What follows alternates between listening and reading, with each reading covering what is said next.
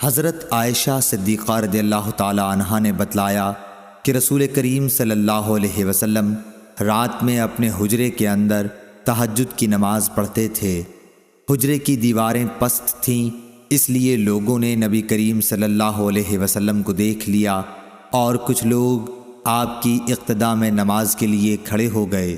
صبح کے وقت لوگوں نے اس کا ذکر دوسروں سے کیا، پھر جب دوسری رات کھڑے ہوئے تو کچھ لوگ آپ کی اقتداء میں اس رات بھی کھڑے ہو گئے۔ یہ صورت 2 یا 3 راتوں تک رہی۔ اس کے بعد رسول اللہ صلی اللہ علیہ وسلم بیٹھ رہے اور نماز کے مقام پر تشریف نہیں لائے۔ پھر صبح کے وقت لوگوں نے اس کا ذکر کیا تو آپ نے فرمایا کہ میں ڈرا کہ کہیں رات کی نماز تہجد تم پر فرض نہ ہو جائے، اس خیال سے میں نے یہاں کا آنا ناغہ کر دیا۔ صحیح بخاری حدیث نمبر 729۔